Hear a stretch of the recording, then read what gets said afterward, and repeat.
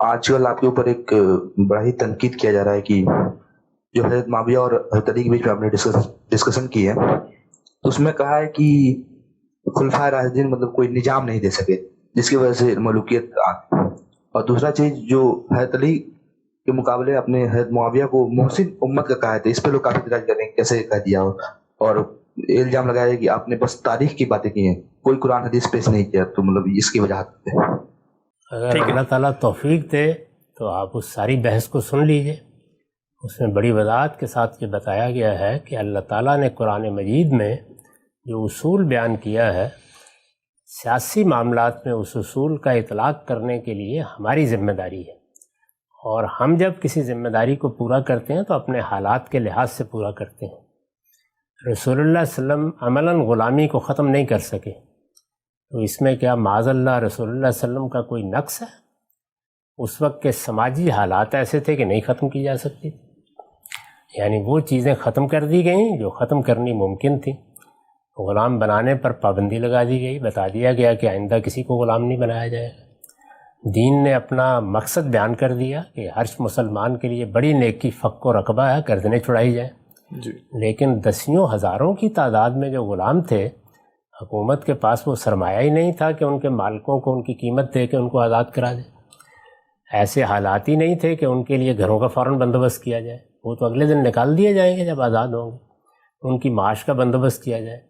تو سیاسی معاملات میں جب آپ کسی اصلاح کا نفاذ کرتے ہیں تو حالات دیکھنے ضروری ہیں۔ تو میں نے یہ بتایا ہے اس میں کہ خلفائے راشدین نے جب تک معاملات جزیرہ نمائے عرب تک رہے، اس وقت تک تو بہت اچھے طریقے سے ایک قبائلی طرز کا جمہوری نظم بنا دیا تھا، اور اس کی بڑی تحسین کی تھی، اور یہ عرض کیا تھا کہ اس میں وہ سب اصول ملحوظ رہے جو اللہ نے بتائے ہیں، لیکن یہ کہ وہ ایک بڑی سلطنت کے لیے ایک جمہوری طریقہ بھی ایجاد کریں، یہ خلفائے راشدین کی ذمہ داری نہیں تھی۔ میں نے تو بڑی وضاحت سے بتایا ہے، اور یہ کسی شخص کی بھی، بلکہ بڑے سے بڑے آدمی کی بھی وقت سے پہلے ذمہ داری نہیں ہوتی۔ یہ سمجھانے کی صحیح کی تھی، تو اس لیے یہ بات ہی صحیح نہیں ہے۔ خلفائے راشدین کی کوئی کمزوری، ان کا کوئی نقص نہ بیان کیا گیا، نہ ان پر کوئی تنقید کی گئی ہے۔ یہ بتایا گیا ہے کہ یہ ممکن ہی نہیں تھا، یہ ہو ہی نہیں سکتا تھا، اس وقت دنیا بھی وہاں پہنچی ہی نہیں تھی۔ یہ آج بیٹھ کے ان پر حکم لگانا ہے، اس سے اجتناب کرنا چاہیے، روکا تھا لوگوں کو اس بات سے۔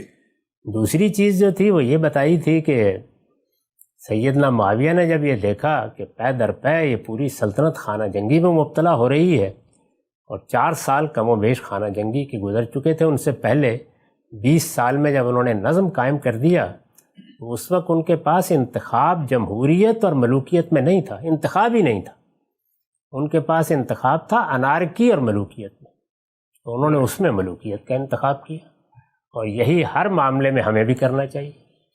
یہ تو تب ہو کہ میں یہ کہوں کہ یہ کام تو غلط ہے، لیکن یہ کہ انہوں نے کر ڈالا، یعنی خلفائے راشدین نے بھی اگر اس طرح کا کوئی نظم نہیں بنایا جو پوری سلطنت میں ایک ایوان نمائندگان بنا سکے، تو یہ تو میرے بھائی، میں نے اس پورے لیکچر میں بار بار کہا ہے کہ 1000 سال تک بعد میں پوری دنیا نہیں بنا سکی، ہماری فقہ نہیں بنا سکی، ہمارے بڑے بڑے دانشور نہیں بنا سکے۔ یہ ایسا نہیں ہے کہ میں نے کسی جگہ بھی کہا ہو، دوبارہ سنیے اس کو، کہ یہ ان کی کوئی غلطی تھی یا ان کی کوئی کمزوری تھی، نہیں، جو ان کو حالات میسر تھے اس وقت تک انہوں نے اللہ کے دین کے اصول پر پوری طرح عمل کر کے دکھایا۔ جب حالات گرفت سے نکل گئے تو اب ایک دوسرا فیصلہ کرنا پڑا۔ اس وقت چوائس یہ تھا۔ سیاسی معاملات میں یہ جو آئیڈیلزم ہے، جو مذہبی لوگوں میں پیدا ہو جاتا ہے، یہ میں اس پر کوئی تبصرہ نہیں کرنا چاہتا، لیکن یہ نری رومانویت ہے، اس کی کوئی حقیقت نہیں ہوتی۔ اس طرح کے یوٹوپیا میں صرف حماقتیں ہوتی ہیں۔ سیاسی معاملات اور سماجی اور معاشی معاملات میں یہ دیکھا جاتا ہے کہ ممکن صورتیں کیا ہیں، ان میں سے ایک کا انتخاب کیا جاتا ہے ہمیشہ۔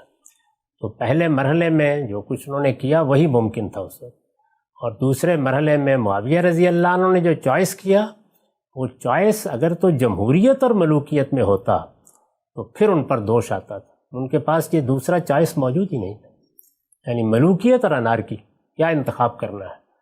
تو مجھے بھی اگر آج یہی صورتحال درپیش ہو تو میں بھی ملوکیت ہی کا انتخاب کروں گا۔ تو اس لیے اس میں کسی کی کوئی برائی نہیں بیان کی گئی، کوئی ایسی بات نہیں کی گئی، نہ خلفائے راشدین کا معاویہ رضی اللہ عنہ سے کوئی تقابل کیا گیا ہے، نہ ان کی کوئی غلطی بیان کی گئی ہے۔ صورتحال کا ادراک کرایا گیا ہے اور وہ مسلمہ اصولوں کی روشنی میں کرایا گیا ہے، اور قرآن مجید کی اس تعلیم کو واضح کیا گیا ہے کہ قرآن جب کوئی حکم دیتا ہے تو اس پر عمل کے حالات کب سازگار ہوں گے اور کب دنیا کوئی نظام بنائے گی، اس کا فیصلہ کرنا انسانوں کا کام ہے۔ یہ کبھی سوچنا بھی نہیں چاہیے کہ اللہ تعالیٰ بھی وہ کام کر دیں گے۔ چنانچہ میں نے یہ بتایا کہ اس وقت جس جمہوری نظام کو ہم بہت بڑی اچیومنٹ سمجھتے ہیں، سارے مذہبی لوگ بھی اس کے عشاق ہوتے جا رہے ہیں، کن کا بنایا ہوا ہے؟ تو ہمارا بنایا ہوا بھی نہیں۔